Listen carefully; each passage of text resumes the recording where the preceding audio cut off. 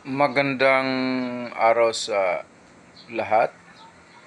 The YouTube channel of the Fraternal Order of Eagles Limbas Law Corner is back to once again render public service in the field of law o yung aming pagbahagi ng aming kaunting kaalaman sa larangan ng batas, brought to you by the Limbas Marangal Eagles Club of the Eastern Rizal Region 2 sa pamamagitan ng inyong lingkod na isa ng mga abogado at isang propesor sa maraming law school sa ating bansa.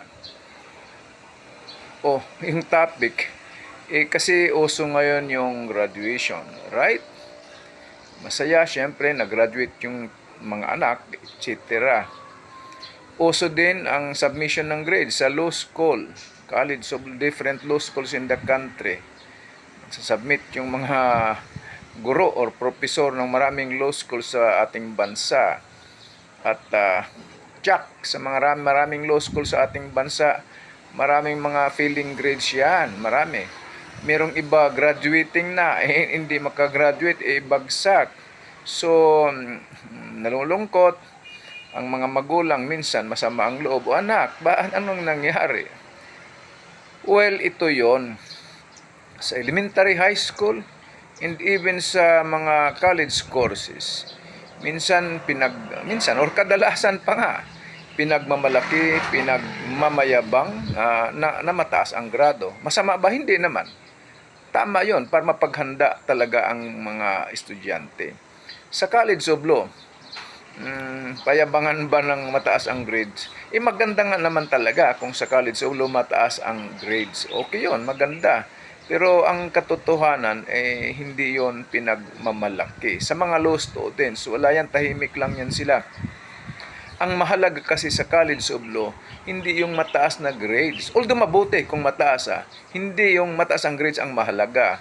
Ang mahalaga ay mataas ang kanyang kaalaman sa batas. Ibig sabihin, marami siyang natutunan, marami siyang alam sa batas na kanyang pinag-aaralan para siya'y maging handa sa pagpasa ng isang hindi madali, talagang mahirap na governmental examinations, the bar examination. So, ganon mga kababayan, itong gustong nangarap maging abogado o itong nag-aaral na ngayon ng abogasiya, yung mga juris doctor na kurso tinatawag, kaalaman, maraming kaalaman ang mahalaga, hindi yung grades. Pero ulitin ko, kung mataas yung grades, di mabuti, baka ibig sabihin marami kang nalalaman sa iyong pag-aaral para mapaghandaan, maipasa ang mahirap na bar examinations, and later on maging lawyer ay hindi rin madali ang trabaho ng isang abogado. Maraming salamat at sana nakapaglingkod na naman muli itong Limbas Marangal Eagles Club of the Eastern Rizal Region 2. Gandang araw sa lahat at maraming salamat.